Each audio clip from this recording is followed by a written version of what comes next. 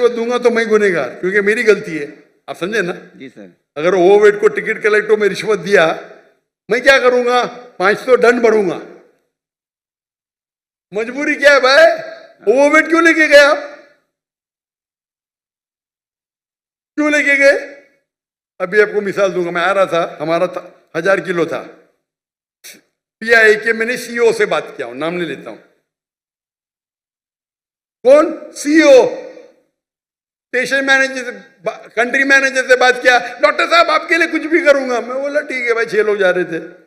मैंने बोला भाई 500-600 किलो ज्यादा है। हाँ हाँ डरो मत, मुझे 50% डिस्काउंट दूंगा। मैं बोला भाई 50% डिस्काउंट के बदले में और 4 लोग को लेके आऊं, और सस्ता पड़ेगा ना। बोला देने का तो फ्री दे, मतलब मत दे। ठुकरा दिया मैंने। Pi Pakistan airline. अरे इंडियन में कोई भी गैर मुस्लिम मुझे देखेगा तो फ्री में छोड़ेगा। ये है इंडिया। गैर मुस्लिम डॉक्टर जाकिर नायक को देखेगा, 1000 किलो 2000 किलो छोड़ देता है। ये पाकिस्तान है। गवर्नमेंट का गेस्ट हूं मैं, मेरे वीजा पे लिखा हो स्टेट गेस्ट, और आपका सीईओ पाकिस्तान का बोलता है 50% डिस्काउंट देगा। चार्ज कर रहे 110 रिंगेट 1 किलो का। मुझे इतना दुख हुआ कि पाकिस्तान में मैं आ रहा हूं, doctor Zakir Naik state guest है, और वो 300 किलो छोड़ नहीं सकते, बोलते 50% डिस्काउंट देंगे। मुझे नहीं चाहिए तेरा डिस्काउंट। मैंने 6 लोग और लेके आ, मेरा सामान लेके आ। सच बोलने को मुझे दुख होता है, बट ये पाकिस्तान का हाल। इंडिया में वो हिंदू मुझे देखेगा, डॉक्टर साहब है, जो भी कहेंगे सच कहेंगे, सच के सिवा कुछ नहीं कहेंगे। ये इंडिया है। आज के तारीख में भी मोदी गलत है, इंडियन नहीं। इंडिया गलत नहीं है, मोदी गलत है। मोदी आज ये कल नहीं रहेगा। जो इज्जत मुझे इंडिया में मिलती है, पाकिस्तान के लोग चाहते, मुझे ये कहता हूं मैं, चाहते पाकिस्तान के लोग मुझे। नारे तकबीर, जाकिर नाइक से रिश्ता क्या? ला इलाहा इल्लल्लाह। जब हम दावत करते हैं ना इंडिया में, हिंदू लोग मेरे पांव छूते। मैं बोले भाई गलत है, भाई हराम है। बोलते डॉक्टर जाकिर नाइक की बैग नहीं खोलेंगे हम। इतने जगह में इंडिया से घूमा, 50 लोग को लेके गया, कभी ओवरवेट दिया ही नहीं मैंने। हिंदू लोग बोलते भाई ये तो भाई भगवान का आदमी है, मैनेजर है मैनेजर। यहां तो मैं सीईओ से बात करता है, अरे डॉक्टर साहब मैं आपका फैन हूं। ये हाल है, ये हाल है हमारे देश का। एक स्टेट गेस्ट आ रहा है, शूटिंग करने के लिए सामान लेके आ रहा है। इतनी अफसोस की बात है। पैसा कुछ नहीं है भाई, अफसोस होता है कि ये हाल है हमारे देश का, पाकिस्तान का, जिसको मैं दिल से चाहता हूं। मैं अगर हिंदुस्तान की हिजरत किया वो सिर्फ मोदी की वजह से। जो मजा वहां आता है, और मजमा इससे बड़ा 10-10 लाख, वो 1 लाख बोला, गलत बोला, 10-10 लाख। और उर्दू में बात करने क्यों लगा मैं? मेरे बॉम्बे के पुलिस कमिश्नर बोलते जाकिर भाई, तुमको जाकिर भाई बोलते, एवरीवन लव्स यू, लेकिन मैं आपसे नाराज हूं। मैं क्यों नाराज है भाई? आपका मैसेज आप हिंदी में देना चाहिए, उर्दू में क्यों? आपके चाहने वाले इतने, आप उर्दू में तकरीर करो तो मैं खुश होऊंगा। तो क्योंकि बंबई का हिंदू पुलिस कमिश्नर 2004 या 5 की बात है, मुझसे जबरदस्ती करा आप हिंदी में उर्दू में तकरीर करो तो मुसलमान और हिंदू सुधरेंगे। और फिर मैं शुरू किया तकरीर करने का उर्दू हिंदी में, एक हिंदू के बोलने से, उसकी मोहब्बत से। तो हिंदू और मुस्लिम में इतना अच्छा भाईचारा इंडिया में, ये कुछ पॉलिटिशियन का प्रॉब्लम है। पॉलिटिशियन, ये पॉलिटिशियन लोग प्रॉब्लम करते हैं। बहन के शोबे से कोई गैर मुस्लिम है? कोई गैर मुस्लिम सवाल पूछना चाहता है बहनों के शोबे से? अस्सलाम वालेकुम सर। गैर मुस्लिम? No sir. हाँ, so please wait. Inshallah, just wait for a few minutes. After the non-Muslim finish, inshallah, I will give you a chance. और कोई गैर मुस्लिम है? यहाँ कोई गैर मुस्लिम है? यहाँ कोई गैर मुस्लिम है ये माइक्रोफोन पे? जी, राइट साइड पे कोई गैर मुस्लिम है? अबू अच्छा, पूछ सकते हैं आप। हाँ भाई।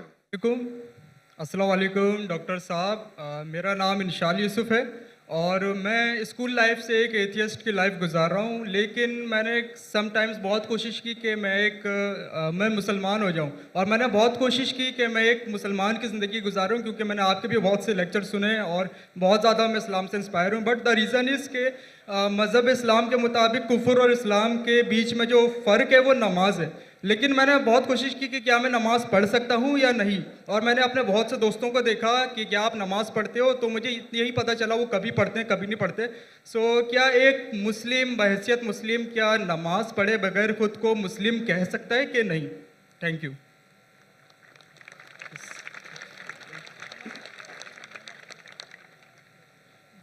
भाई साहब का सवाल है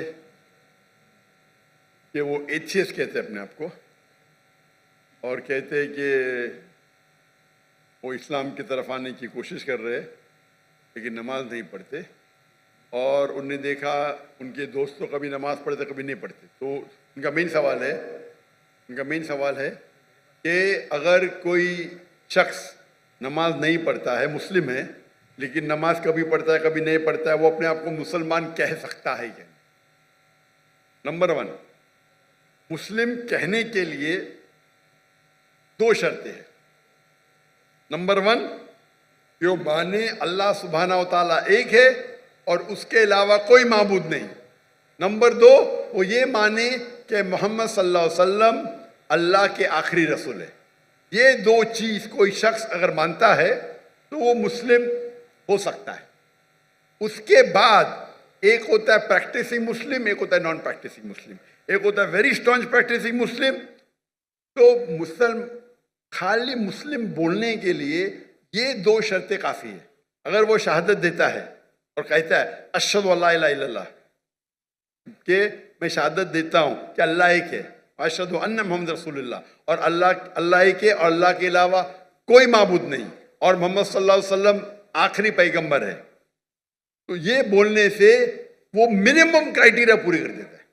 बाद में तो लेवल्स तो बहुत है, सैकड़ों हजारों लेवल है, लेकिन मिनिमम ये रिक्वायरमेंट है। आप पूछेंगे शराब पीने से मुस्लिम शराब पी सकता है? पीना नहीं चाहिए, पीता है और बोलता है मैं गलत करता हूं फिर भी मुस्लिम है, लेकिन प्रैक्टिसिंग मुस्लिम नहीं है। आप समझे?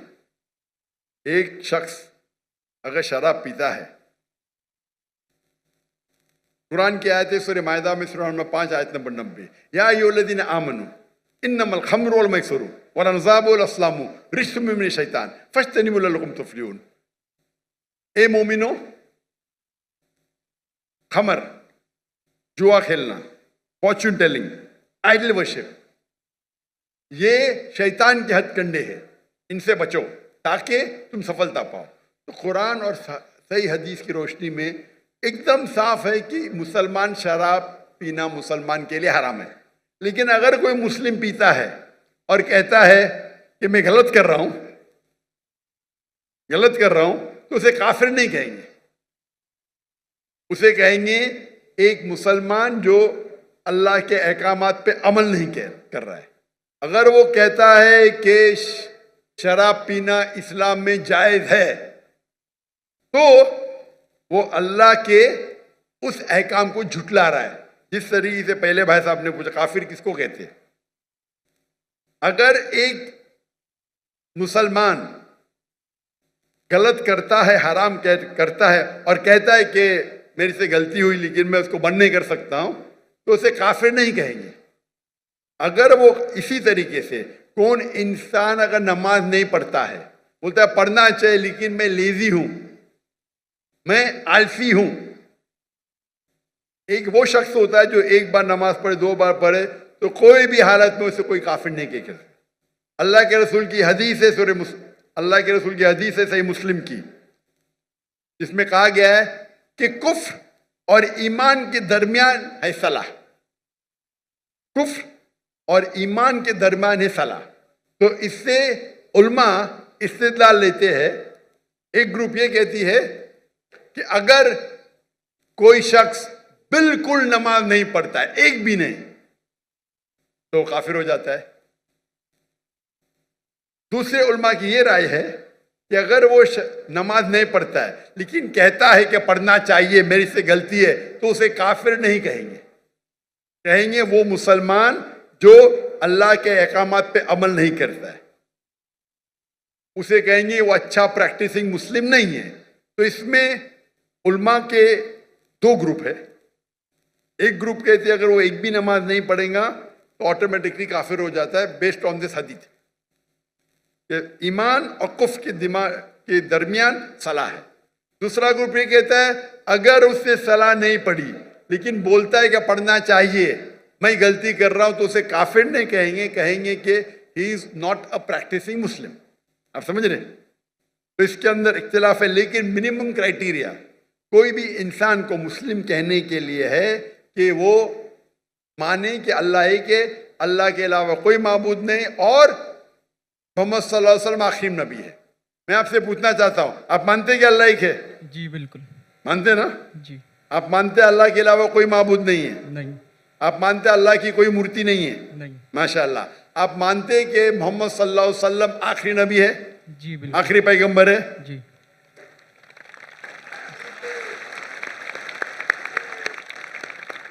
तो मेरे हिसाब से आप मुस्लिम है। मुस्लिम तो है, प्रैक्टिसिंग मुस्लिम आस्ते आस्ते होंगे। तो अगर आप मानते हैं कि अल्लाह एक है, अल्लाह के रसूल आखिरी रसूल मोहम्मद सल्लल्लाहु अलैहि वसल्लम में, तो आप मिनिमम क्राइटेरिया पे है।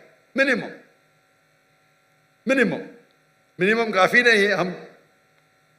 हमें कोशिश करना चाहिए कि जितने कर सके उतना करे, लेकिन ये मिनिमम में आपने कहा कि आप नमाज नहीं पढ़ते। आपने नमाज कभी जिंदगी में पढ़ी या नहीं पढ़ी? मैं अपनी जिंदगी में कभी पढ़ी क्या नहीं पढ़ी? जी। पर कितने बार पढ़ी? It's not countable. माशाअल्लाह, इतने बार पढ़ी क्या पता नहीं। अने उसका मतलब सैकड़ों बार पढ़ी ना, नॉट काउंटेबल, बराबर की नहीं? अल्हम्दुलिल्लाह। लास्ट कब पढ़ी आपने? आखिरी बार कब पढ़ी नमाज? I think couples of some months ago. माशाअल्लाह, नॉट बैड। तो आप अपने आप को एथियस्ट क्यों बोलते हैं? बिकॉज द रीज़न इज़ कि जो मैंने क्वेश्चन आपके सामने रखा है कि कुछ मुस्लिम्स हैं समटाइम्स नमाज पढ़ते हैं समटाइम्स नहीं, और जो मेरा सवाल ये था कि कुफ्र और इस्लाम के बीच में जो फ़र्क है वो नमाज है, जो कि अब मुझे क्लियर हो गया। तो इसी वजह से कोई भी आलिम ये नहीं कहेगा कि आपने 2 महीने पहले नमाज पढ़ी, कभी पढ़ते। कोई भी आलिम दुनिया में ये नहीं कहेगा कि आप काफिर है। अगर बिल्कुल नहीं पढ़ते और बोलते पढ़ना जरूरी नहीं है तो बोलेंगे आप समझे ना? और आप नहीं पढ़ते, सालों साल नहीं पढ़ रहे, और तो कुछ आलिम कहेंगे कि आप, लेकिन आप तो माशाल्लाह पढ़ते, इतने बार पढ़ा आपको याद भी नहीं। तो ये पहले आप अपने दिमाग से गलत फहमी निकालिए, बराबर? ठीक है? तो मेरे हिसाब से आप मुस्लिम है। हो सकता है कि you are not a good practising Muslim, हो सकता है आप गुड है, आप पता ही नहीं आपको। आप मेरे हिसाब से, मैं आपको जानता नहीं हूं, हो सकता है कि आप अच्छे मुसलमान हैं, क्योंकि इंसान कैसा है वो सिर्फ अल्लाह ताला जानता है, बराबर ना? तो अगर कोई लोग ने आपको गलत फहमी करके इस्लाम से दूर लेके जा रहे तो गलत लोग हो। हमें चाहना चाहिए कि लोग को इस्लाम के करीब लेके आए, समझे ना? तो बहुत बार मुसलमान क्या करते हैं, वो इतने फतवे दे देते हैं, ऐसे बात करते कि मुसलमान को गैर मुसलमान बनाते, तो आखिरत में तो उनकी चंपी होंगी। गलत चीज बोलेंगे तो आखिरत में अल्लाह ताला बोलेगा भाई मेरा बंदा था, थोड़ी गलतियां करा था, आपने तो उसको एकदम आउट कर दिया भाई। तो वो भी आउट हो सकते हैं, समझे ना? वो भी क्योंकि एक अल्लाह के रसूल की हदीस है, अगर आप कोई मुस्लिम को काफिर बोलते तो वापिस आपके ऊपर आ जाता है। अगर कोई मुस्लिम को आप काफिर कहते हैं और वो काफिर नहीं है तो ऑटोमेटिकली वो आपके ऊपर आ जाता है। तो ये तकफीर बहुत कॉमन है। आप देखते कोई भी मुसलमान एक दूसरे को काफिर कह रहा है, ये बहुत आम है हमारे माशरे में। ये कहना कोई दूसरा मुसलमान अगर प्रैक्टिस नहीं कर रहा है और जरा कुछ गलती करता है तो नारे तकबीर काफिर, इधर ये नारे तकबीर काफिर। तो ये हमारी गलती है। हमें हिकमत से मैंने इस नशिस्त की शुरुआत में कुरान मजीद की आयत पढ़ी, सूरह नहल की, सूरह नंबर 16 आयत नंबर 125, उदू इला सबीली रब्बिका बिल हिकमा वल मौइज़तिल हसना वजादिल बिल्लती अहसन। लोगों को बुलाओ, invite all to the way of the Lord, अल्लाह की तरफ लोगों को बुलाओ हिकमत के साथ और हुस्नत के साथ, और उनसे बात करिए, उनसे डिबेट कीजिए अच्छे तरीके से। आप समझे ना? तो मैं चाहूंगा कि आप मेरी एक तकरीर सुनो, सलाह the programming towards righteousness, Urdu में भी है। सलाह अच्छी राह दिखाता है, उर्दू में भी है लेकिन अंग्रेजी के अंदर भी है, सलाह द प्रोग्रामिंग टुवर्ड्स राइचियसनेस। और ये आप तकरीर सुनेंगे तो इंशाअल्लाह उम्मीद है कि आप ये सुनेंगे तो आप इंशाअल्लाह सलाह के करीब आएंगे। भाई साहब कुछ पूछने गए? Zakir bhai, he wants to say his shahada now. माशाअल्लाह।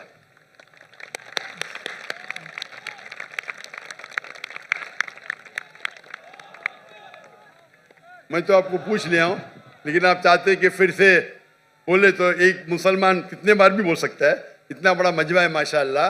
मैं अरबी में कहूंगा, आप उसे दोहराइए।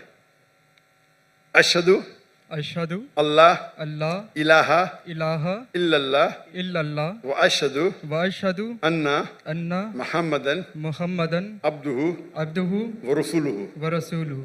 मैं शहादत देता हूँ मैं शहादत देता हूँ कि अल्लाह एक है कि अल्लाह एक है और उसके अलावा कोई माबूद नहीं, और उसके अलावा कोई माबूद नहीं। और मैं शहादत देता हूँ और मैं शहादत देता हूँ कि मोहम्मद सल्लल्लाहु अलैहि वसल्लम कि मोहम्मद सल्लल्लाहु अलैहि वसल्लम उसके आखिरी रसूल उसके आखिरी रसूल और उसके अब्द है, उसके सर्वेंट है।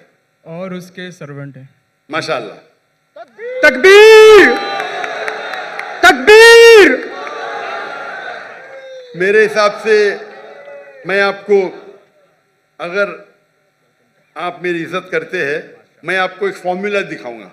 भाई साहब नाम क्या आपका? आपने कहा इंशाल यूसुफ। इंशार यूसुफ। माशाअल्लाह, यूसुफ अलैहिस्सलाम का जिक्र है कुरान में।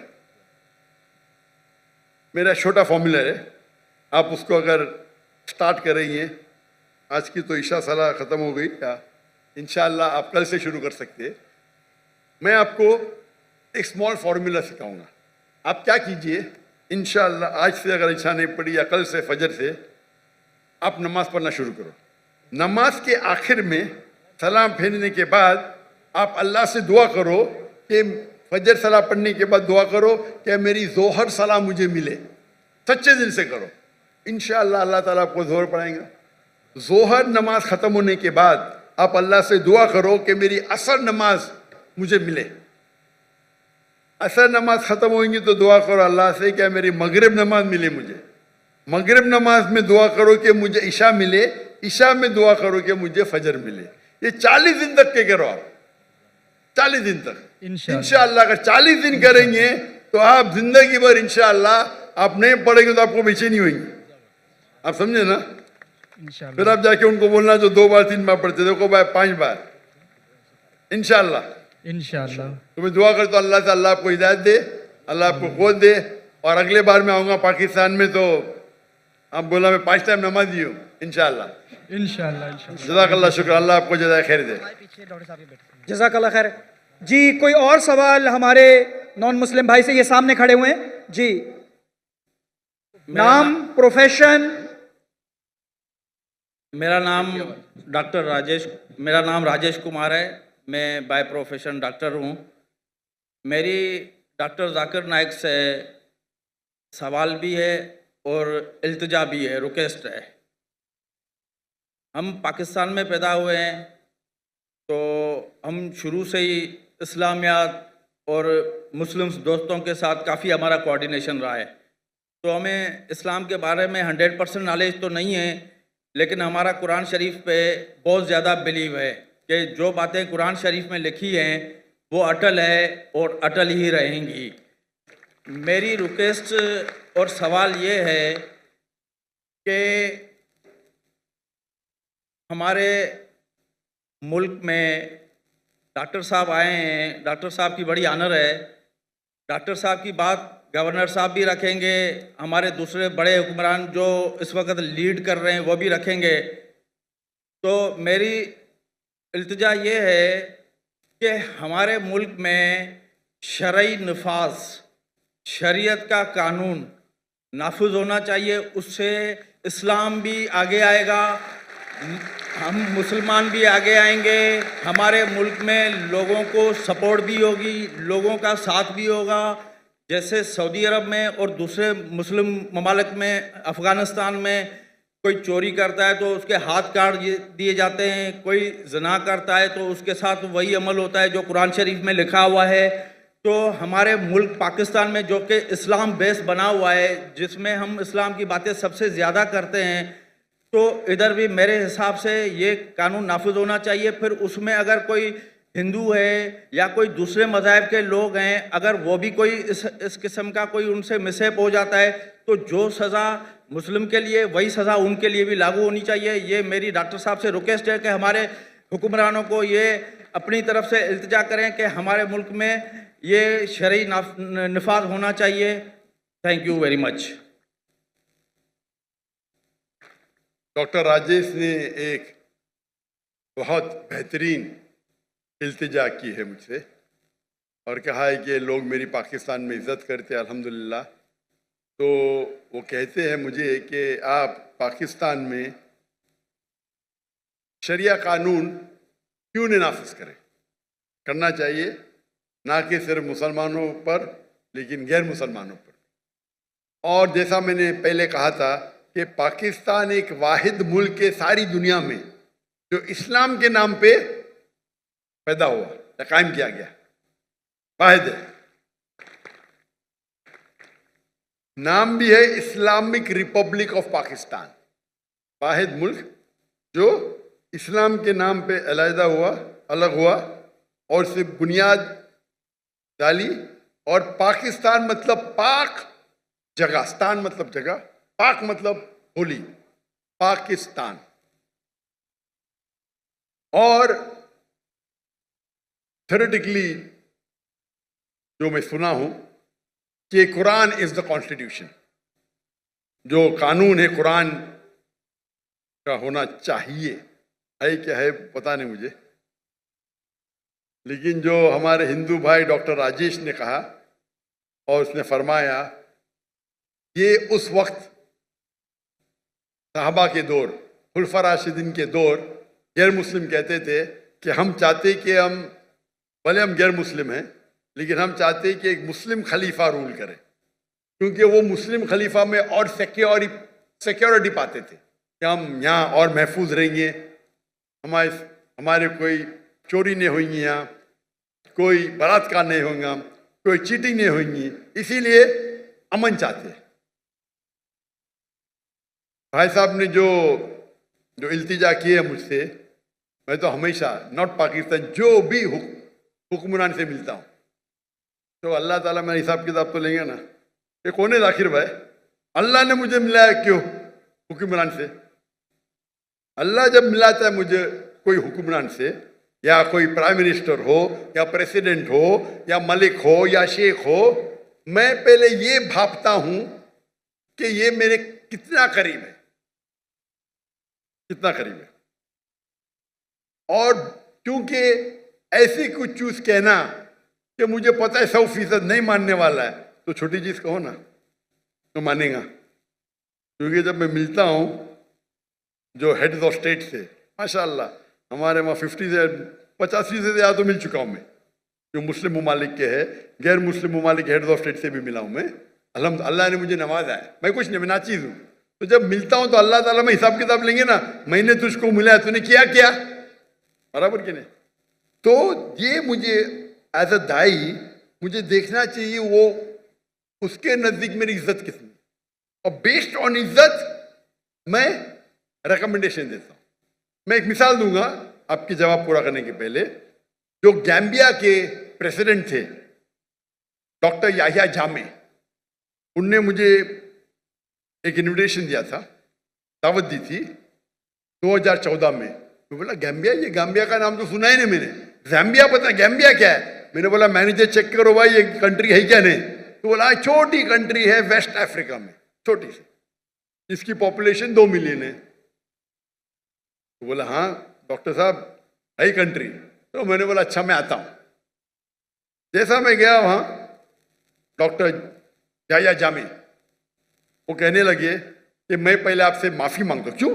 मैंने बिना परमिशन आपका पीस टीवी जामिया में सब जगह ऑन कर दी। मैं बोला माफी क्या, मैं तो आपके लिए दुआ करूंगा, मेरे कॉपीराइट नहीं है हमारे पास। पहले 90% थी गैम्बिया की मुस्लिम पॉपुलेशन, अभी 95% हो गई।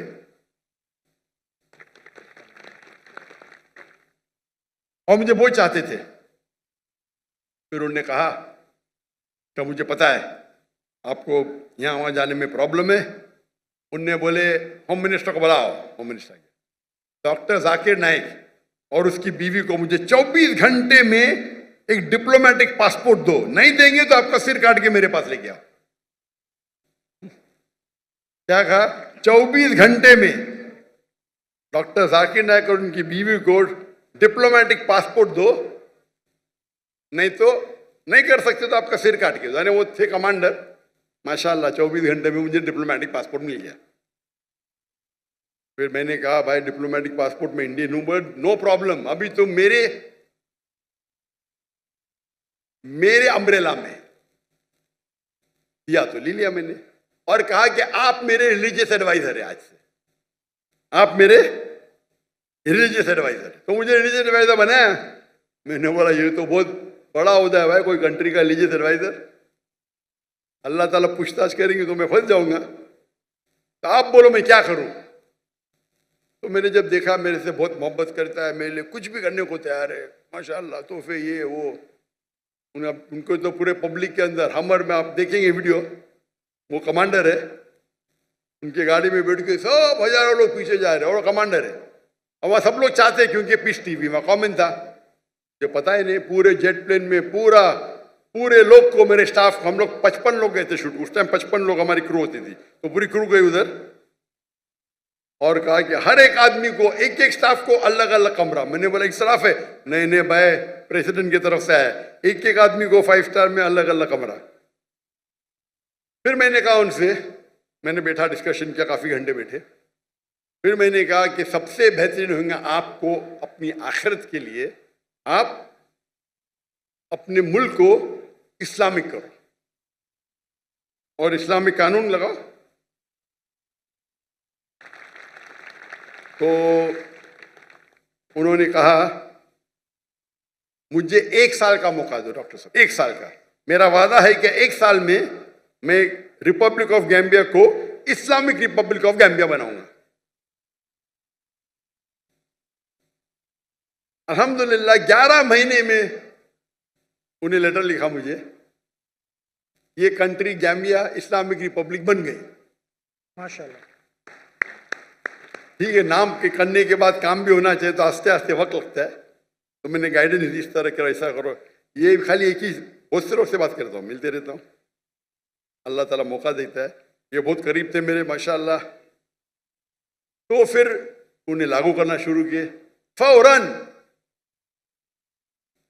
जो मुसलमान के क्या बोलते हैं, गॉड फादर है मेरे ने भाई, अक्सर मुस्लिम कंट्री के गॉड फादर है ना, अंकल सैम। पता है अंकल सैम कौन है? Uncle Sam USA. जैसा उनने कहा, उनने मुझसे कहा कि यूरोपियन यूनियन मुझे 30 मिलियन यूरो दे रही है, उनकी शर्त है कि आप होमोसेक्सुअलिटी को प्रमोट करें, क्रिमिनल निकाल दो। जो क्रिमिनल कोड है कि होमोसेक्सुअलिटी इज अ क्राइम, उसको निकाल दो, आपको 30 मिलियन यूरो देंगे। और 30 मिलियन यूरो गैम्बिया के लिए बहुत बड़ी अमाउंट होती है। उनने मुझसे पूछा क्या करूं, मैंने बोला 30 मिलियन का, उनको बोला कि 30 बिलियन भी देंगे तो मैं नहीं करूंगा, और उनने ठुकरा दिया। मैं ये नहीं कहता हूं कि वो एकदम अच्छे प्रैक्टिसिंग मुसलमान थे, लेकिन मेरी कोशिश है कि उनको इस्लाम के करीब लेके आऊं, कोशिश करूं। अफसोस की बात है क्योंकि हमारे जितने, और वो ऐसे शख्स थे बोलते मैं किससे डरता नहीं हूं। उनके पास छड़ी रहती थी, छड़ी में तलवार रहती थी। वो यूएनओ में जाके मुझे कहते थे Dr. Zakir, I am the only Muslim leader who goes there and starts with Bismillah Rahman Rahim. No one. I am a Muslim. I am proud to be one. Height भी थी माशाल्लाह उनकी. एक साल होने के बाद इमीडिएटली इलेक्शन के अंदर वो ओवर पावर करते और उनको छोड़ने पड़ा कंट्री. 25 साल रूल किए. जब उनने अपने कंट्री को इस्लामिक कर दिए, वो कह रहे थे this is the 4th Islamic country या 5th. Pakistan, Iran, I think Afghanistan, तो वो कह रहे थे 4th या 5वीं कंट्री है. और यूएसए के न्यूज़पेपर में आता है doctor Zakir Naik is the godfather of doctor Yahya Jami. वो याहिया जामी क्योंकि वो कंट्री छोटी है, तो मैंने उनसे कहा इंशाअल्लाह अल्लाह सुब्हानहू व तआला यहाँ की प्रेसिडेंसी की वैल्यू कुछ नहीं, अल्लाह ताला आपको इंशाअल्लाह आखिरत के अंदर जो दर्जा देंगे वो यहाँ से कई बेहतर है. तो जब भी मैं कोई प्राइम मिनिस्टर या प्रेसिडेंट या कोई किंग या कोई शेख से मिलता हूँ, मैं कोशिश करता हूँ कि मैं उन्हें पैगाम पहुँचाए. पैगाम पहुँचाने के बाद ये भी ख्याल रखता हूँ कि मैं आम में नहीं करता हूँ. अभी तो डॉक्टर जामिया है नहीं, इससे बोल रहा हूँ. जो अभी जो लोग प्रेसिडेंट हैं उनके बारे में जिक्र नहीं करूँगा, ये ठीक नहीं है. अभी डॉक्टर जामिया नहीं है तो नो प्रॉब्लम, लेकिन अगर कोई रूलिंग है अभी तो नहीं करना बेहतर है. ये हमारे इस्लाम की तालीम है कि कुछ चीज़ छुपाना चाहिए. कुछ चीज़ जो बोल सकते पब्लिक में बोलता हूँ मैं. तो इसी तरीके से मैं जब भी मिलता हूँ कोशिश करता हूँ लोग को के कुरान. आपने जो इल्तिजा की बिल्कुल सही की, और मैं पब्लिक के सामने कहता हूँ कि पाकिस्तान में ने सारे मुसलमान मुल्क ने गैर मुसलमान मुल्क में भी मेरे हिसाब से शरिया लागू होना चाहिए. जो हमारे हिंदू भाई ताली मार रहे माशाअल्लाह.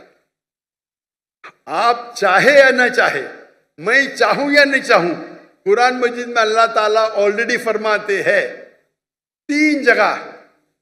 सूरह तौबा सूरा नंबर 9 आयत नंबर 33, सूरह फतह सूरा नंबर 48 आयत नंबर 28, और सूरह सफ सूरा नंबर 61 आयत नंबर 9 में अल्लाह ताला फरमाते हुवल्लज़ी अरसला रसूलहु बिल हुदा वद्दीनुल हक लियुज़हिरहु अलद्दीन कुल्ले. क्या अल्लाह ने अपने आखिरी पैगंबर मोहम्मद सल्लल्लाहु अलैहि वसल्लम को भेजा दीनुल हक के साथ, ताकि वो सारे मज़ाहिब कुल, चाहे वो क्रिश्चियनिटी हो, जुडाइज्म हो, हिंदुइज्म हो, बुद्धिज्म हो, एथियज्म हो, कम्युनिज्म हो, सोशलिज्म हो, कुल्ले मास्टर देम ऑल वलौ करियल मुश्रिकून. 2 जगह अल्लाह ताला फरमाते वलौ करियल मुश्रिकून, कितना भी वो मुशरिक लोग गैर मुस्लिम लोग चाहेंगे फिर भी ये होंगे. और एक जगह अल्लाह ताला फरमाते वह कफ़ा बिल्लाही शहीदा, और काफ़ी है अल्लाह शहादत के लिए. तो ये 3 जगह अल्लाह ताला का वादा है कि सारी दुनिया की हुकूमत इस्लामिक होगी. उसकी तारीख नहीं लिखी गई है, लेकिन हदीस में आता है. अभी वो 2 साल बाद होगा, 20 साल बाद होगा, 200 साल बाद, ये मैं जानता नहीं, लेकिन ये हदीस के अंदर कई हदीस में है इंशाअल्लाह सारी दुनिया में खिलाफत आएंगे और 7 साल तक मुसलमान सारी दुनिया को रूल करेंगे. ये पढ़ के मुझे बहुत इत्मीनान होता है. आज की हालात जो देखते, जो आज की हालात हम मुसलमान की है, तो हम ख्वाब में भी नहीं सोच सकते ही हो सकता है. अल्लाह के रसूल की हदीस है कि अल्लाह ताला फरमाते एक वक्त आएगा जब मुसलमान पे सब लोग झपटेंगे. तो साहबा पूछते क्या उस वक्त मुसलमान कम होंगे? तो अल्लाह के रसूल फरमाते नहीं, मुसलमान बहुत तादाद में रहेंगे, लेकिन झाग की तरह रहेंगे, फ्रॉथ, उनकी कोई वैल्यू ही नहीं.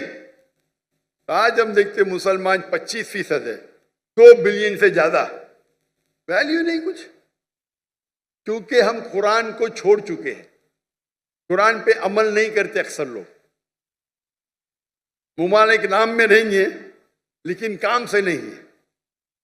तो अगर हम कुरान और हदीस पे चले और जैसे आपने इल्तिजा की कि शरिया लॉ होना चाहिए, मैं भी चाहता हूँ, सिविल एंड क्रिमिनल बोथ। मेरी भी ख्वाहिश है पाकिस्तान में ने पूरे दुनिया में हो, अगर पूरे दुनिया में शरिया नाजिल होंगी तो इंशाअल्लाह अमन होगा। कौन आपको ब्लैकमेल नहीं करेगा, कौन आपको धमकी नहीं देगा, कोई टेररिस्ट बचेगा नहीं, आपको ना जिना दिखेगा। और हदीस में आता है 7 साल तक पूरे दुनिया में अमन रहेगा। प्रॉब्लम ये है हम मुसलमानों में, कम कहते हैं मुस्लिम है, शरिया है या, लेकिन अमल नहीं करते।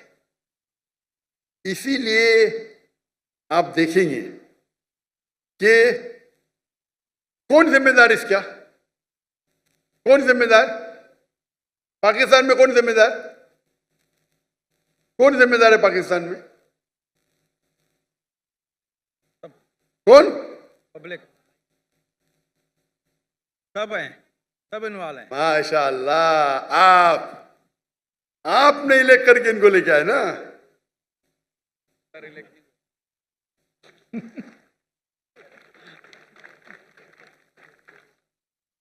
डेमोक्रेसी इस्लाम में अलग डेमोक्रेसी तो ऐसी होती नहीं, बट फिर भी आप है,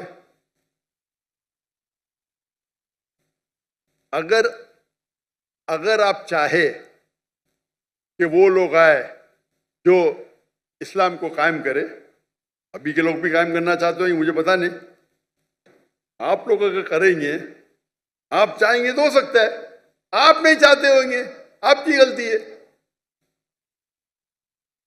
तो अगर हम चाहते हैं तो बिल्कुल आसान है, और ये इसकी बुनियाद, ये मुल्क की बुनियाद ही है इस्लाम।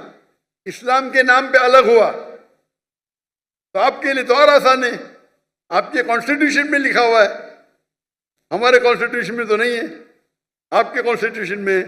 तो आप कॉन्स्टिट्यूशन में लिखा है तो आप जो तरीका है, जो अच्छे दानिश्वर है मुसलमान पाकिस्तान में, मिलो, जाके उनसे बात करो, क्या लॉज है पढ़ो, और इंशाल्लाह मन के साथ ये हो सकता है। बेनसीब हाथ में आपके है, मेरे ने। जितना अल्लाह ने मुझे सलाहियत दी मैं तो दावत देता हूं, वो तो मेरा काम है, लेकिन कि चाबी आपके हाथ में मेरे हाथ में नहीं, मैं तो आया कल चले जाऊंगा, बराबर के नहीं, चाबी आपके हाथ में, आपसे पूछताछ होगी। तो जैसे भाई साहब ने क्या, मैं रिक्वेस्ट तो कर दिया हूं, इंशाअल्लाह हम देखेंगे कि कितना जल्दी होता है कि पाकिस्तान के अंदर ही नहीं सारी दुनिया में, ये लेक्चर में कहता हूं मैं, सारी दुनिया में इस्लाम का कानून होना चाहिए। और मैं ये कहता हूं अगर डिबेट हो जाए, डिबेट, हाँ, लेट्स हैव अ डिबेट कि कौन सा कानून बेस्ट है, क्रिश्चियन हो या हिंदू हो या इस्लामिक हो, सेक्युलर हो, इस्लाम की तरफ से मैं आऊंगा। मैं कोई आलिम स्कॉलर नहीं हूं, मैं बोला अगर दम है किसको तो डिबेट करो भाई, मैं साबित करूंगा साइंटिफिकली, लॉजिकली, कोई बेहतर कानून नहीं बनिस्बत अल्लाह के। आप कोई यूएसए का कॉन्स्टिट्यूशन लेके आओ, इंडिया का कॉन्स्टिट्यूशन लेके आओ, यूके का लेके आओ, पाकिस्तान का पता नहीं मुझे, कोई भी कॉन्स्टिट्यूशन लेके आओ, इस्लाम की तरफ से मैं नुमाइंदगी करूंगा इंशाअल्लाह। कोई नया कॉन्स्टिट्यूशन मुझे वक्त देना पढ़ने के लिए, नहीं पता तो पढ़ूंगा ना मैं, तहकीक करूंगा ना, तहकीक करके इंशाअल्लाह इस्लाम की तरफ से मैं हाजिर हूं, साबित करूंगा। लाइव डिबेट फ्री, बड़े मैदान में करेंगे। कि भाई साहब ने 1 लाख कहा, गलत कहा, वो 1 मिलियन का तर्जुमा 1 लाख कर दिया इनने। 1 मिलियन का तर्जुमा होता है 10 लाख, सबसे बड़े गैदरिंग 10 लाख, किशनगंज में 10 लाख, 1 लाख नहीं, 1 मिलियन का तर्जुमा होता है 10 लाख, सबसे बड़ी गैदरिंग 10 लाख है। इंशाअल्लाह अगर कानून पे बहस हुआ तो 10 लाख के 1 करोड़ आ जाएंगे इंशाअल्लाह, ठीक है ना। इस्लाम के तरफ से मैं नुमाइंदगी करूंगा। अब डॉक्टर राजेश, आपने मुझे इल्तिजा की, मैंने बोल दिया जवाब। मैं आपसे पूछना चाहता हूँ, क्या आप एक खुदा में मानते? हाँ, आप मानते कि बुत परस्ती सही है क्या गलत है? बिल्कुल सही नहीं है, बुत परस्ती गलत है। माशाअल्लाह। आप मानते हैं कि मोहम्मद सल्लल्लाहु अलैहि वसल्लम अल्लाह के पैगंबर है? बिल्कुल। माशाअल्लाह। तो ये 2 चीज जिस तरीके से मैंने कुछ लम्हों पहले कहा था कि इस्लाम में एंटर होने के लिए दो चीज़ की ज़रूरत है। मानो कि एक खुदा है और उसका कोई माबूद नहीं, कोई मूर्ति नहीं, और मोहम्मद सल्लल्लाहु अलैहि वसल्लम आखिरी पैगंबर। आप तो दोनों में मानते, तो मेरे हिसाब से आप मुसलमान हैं। माशाल्लाह। आप समझे ना? बिल्कुल। मैंने तकरीर की है similarity between Islam and Hinduism. बाद में मेरे एक और सवाल है। बस पहले मेरे सवाल का जवाब दीजिए ना। क्या? नहीं, मेरा सवाल था, आप मानते खुदा एक है, जी हाँ, आप मानते अल्लाह के रसूल मोहम्मद सल्लल्लाहु अलैहि वसल्लम है, तो उसका मतलब मुस्लिम है आप। माशाल्लाह। तो आप चाहेंगे शहादत देने के लिए? शहादत मुसलमान होने के लिए शहादत देने की जरूरत। आप मान लो आप मुस्लिम है, तो मेरे हिसाब से आप मुस्लिम हैं, मेरे हिसाब से। और जो इल्तिजा आपने की यहाँ के कि कोई भी मुस्लिम में दम नहीं था, बाकी नहीं किया। इधर हजारों लोग हैं, 50,000 लोग हैं, इसमें दम ही नहीं था। जी हाँ, आप मर्द के बच्चे हैं माशाल्लाह, अल्लाह खुश। इसीलिए मैं आपकी इज्जत करता हूँ, बिल्कुल। समझे ना? डॉक्टर साहब, आपसे सबकी मोहब्बत है। जी हाँ, अल्लाह पाक सबको खुश रखे। आमीन। जितने भी हमारे ऑडियंस हैं, आप लोग भी खैरियत से पाकिस्तान से अपने मंजिल मकसूद तक चले जाएं। जी हाँ, और इंशाल्लाह नेक्स्ट टाइम जब आप आएंगे तो इससे भी अच्छा प्रोग्राम होगा इंशाल्लाह। और उसमें इंशाल्लाह कोई हमारी इससे भी अच्छी बातें होंगी। मेरा एक और सवाल है जी हाँ। कि माइनॉरिटी के हकूक़ मुस्लिम रियासत पे किस हद तक हैं और माइनॉरिटी के अपने क्या फ़राइज़ हैं कि हम अपनी रियासत के लिए हमें क्या करना चाहिए? बहुत अच्छा सवाल है कि इस्लामिक कानून में इस्लामिक गवर्नमेंट के क्या हुकूक है गैर मुस्लिम के मुतालिक, और माइनॉरिटी के गैर मुस्लिम के क्या हुकूक है उस इस्लामिक रियासत के लिए। नंबर 1, इस्लामिक रियासत ये दो चीज़ें, वो गैर मुस्लिम है, तो इस्लाम में कोई भी किसको ज़बरदस्ती कर नहीं सकता इस्लाम कबूल करने की। लेकिन इस्लामिक शरीयत है तो जो अरबी लफ्ज़ उनके लिए होता है दिम्मी, गैर मुस्लिम। दिम मतलब वो भले मुस्लिम नहीं है, इस्लाम कबूल नहीं किया, लेकिन वो मानते हैं कि हम इस इस्लामिक गवर्नमेंट के छत्र छाए में रहेंगे। वो ज़रूरी नहीं माने अल्लाह एक है, वो चाहे अल्लाह 3 माने, नो प्रॉब्लम। ज़रूरी नहीं कि माने मोहम्मद सल्लल्लाहु अलैहि वसल्लम में, लेकिन वो ये मानते हैं कि हम इस्लामिक गवर्नमेंट के प्रोटेक्शन में। तो जब वो प्रोटेक्शन में मानते हैं तो रूल है कि उनको बाकी चीज़ नहीं, लेकिन एक होता है जिजिया टैक्स, बहुत कम होता है आज की तारीख में, कपल ऑफ $100, ज़्यादा नहीं। आज जो इनकम टैक्स भरते हैं वो जिजिया टैक्स से कई गुना ज़्यादा है। तो जिजिया टैक्स मतलब आप मानते हैं कि आप अंडर प्रोटेक्शन है इस्लामिक लॉ में। तो आप एक बार प्रोटेक्शन में आ गए तो कोई भी आपको परेशान करे तो वो इस्लामिक हुकुम, इस्लामिक गवर्नमेंट का ड्यूटी है कि आपको प्रोटेक्ट करे। अगर कोई भी आपके घर में चोरी करे तो उनकी ड्यूटी है उसको पकड़े, आपको कोई नुकसान करे तो उससे रोकना उनकी ड्यूटी है, चाहे मुस्लिम हो या गैर मुस्लिम हो। और मिसाल है हज़रत उमर रज़ियल्लाहु अन्हु की, जब वो खलीफा थे तो 10 मुसलमान एक यहूदी लड़की को मारते, कत्ल करते, 10 के 10 को पेनल्टी, कत्ल। मुसलमान थे, यहूदी लड़की को मारते हैं, कत्ल करते, मुस्लिम 10 मुसलमान यहूदी लड़के कत्ल करते, नाजायज था, सारों को सजाए मौत। ये इस्लाम का कानून है। तो जिस तरीके से बाकी मुसलमान को प्रोटेक्ट होता है, हर गैर मुस्लिम को ज्यादा, क्योंकि इज्जत का सवाल है, ज्यादा होता है। क्यों? क्योंकि आप हमारे अंडर प्रोटेक्शन में हैं, और अगर जंग होती है वो मुस्लिम मुल्क के दूसरे के साथ, आपको जंग में आने की जरूरत नहीं। बाकी मुसलमान चाहे डॉक्टर हो, चाहे इंजीनियर हो, चाहे करोड़पति हो, अगर खलीफा ने कहा आपको जंग में हिस्सा लेना है तो लेना लाजिम है, उनके लिए कोई एस्केप नहीं है।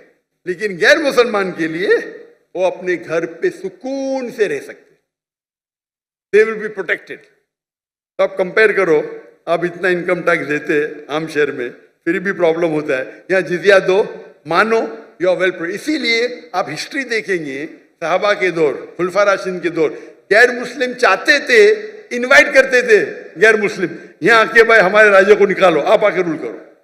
खत लिखते थे हमारे खलीफा को आप यहाँ हो। जब वो आते थे कुछ लोग मुसलमान बनते थे, कुछ नहीं बनते थे।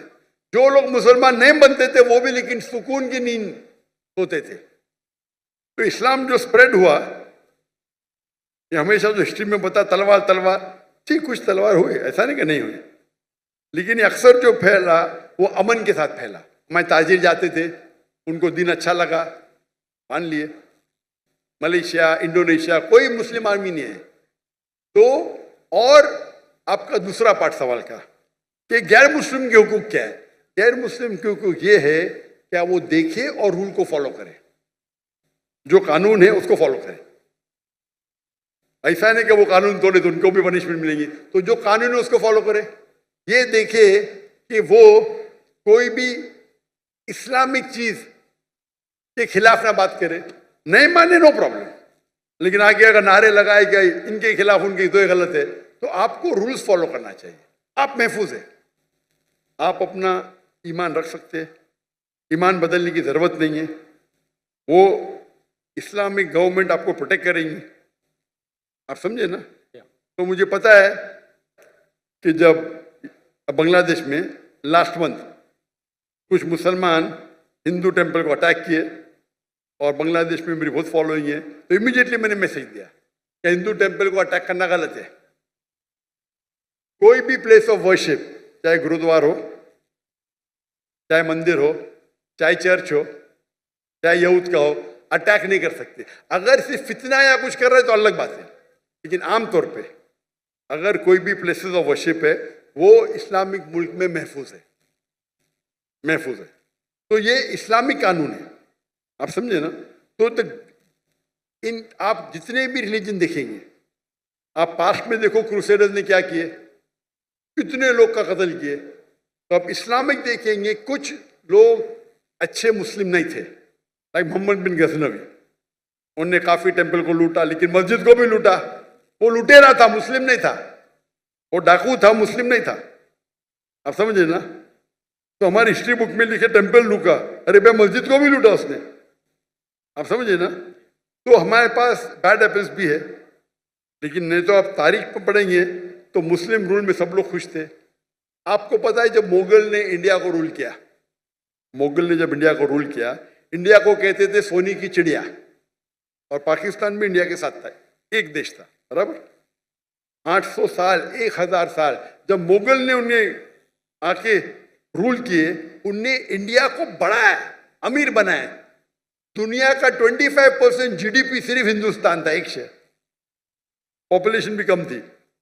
जब ब्रिटिशर्स आए क्या किए, लूटे इंडिया की शहर, पूरी दौलत को लेके गए, कोहिनूर हीरा लेके। मुगल जब आए तो इंडिया को अपना घर बनाए, हिंदू के साथ भाईचारा था, कंट्री इकोनॉमी बढ़ी, सब लोग पावरफुल थे। जब ब्रिटिशर्स आके लूटे तो ब्रिटिशर्स ने पूरी दौलत लेके गए, हमको गुलाम बनाए, हमारे में हम तफर्रुक पैदा किए, डिवाइड एंड रूल। आज की गवर्नमेंट यूके को तारीफ करती है और मुस्लिम को गाली देती है। जिसने हिंदुस्तान शहर को इतना ऊपर किया उसको गाली देती है, और जिसने लूटा उसकी तारीफ करती है, उसकी चाटती है। इसके ऊपर एक हिंदू शशि तरूर, वो पहले मिनिस्टर था, मेरा दोस्त भी है माशाल्लाह, उसने किताब लिखी इंडिया अंडर ब्रिटिश रूल, ऐसे टॉपिक ऐसा कुछ था। और वहां साबित किया कि जो मुसलमान इंडिया में है, इंडिया को अपना घर बनाए, इंडिया को दुनिया का सबसे ताकतवर मुल्क बनाए, सबसे रिचेस्ट मुल्क बनाए, ब्रिटिश लूट लिए, गरीब बना दिए एकदम। और लोग को, और ब्रिटेन में उनके किताब में सिखाया जाता है Britishers go out and educate the people. झूठ लिखते हैं, झूठ लिखते, चोरी करते जाके बाहर, गुलाम बनाते लोग को और बोलते हम उनको फायदे के लिए जा रहे हैं। जब ऑपोजिशन आया तो जाते जाते भी देश के 2 टुकड़े कर दिए, तीन टुकड़े कर, डिवाइड एंड रूल। तो जो आपका सवाल है कि इस्लामिक लॉ के अंदर गैर मुस्लिम सबसे ज्यादा महफूज है, इंशाल्लाह आपसे भी इंशाल्लाह करूंगा। तो मेरे नजदीक तो आप मुसलमान हैं, जरूरी नहीं कि पब्लिक के सामने बोलना, लेकिन बोलेंगे तो इंशाल्लाह अमल और अच्छी तरीके से कर सकेंगे, तो उसका इंतजार करूंगा मैं इंशाल्लाह। जज़ाकल्लाह, शुक्र।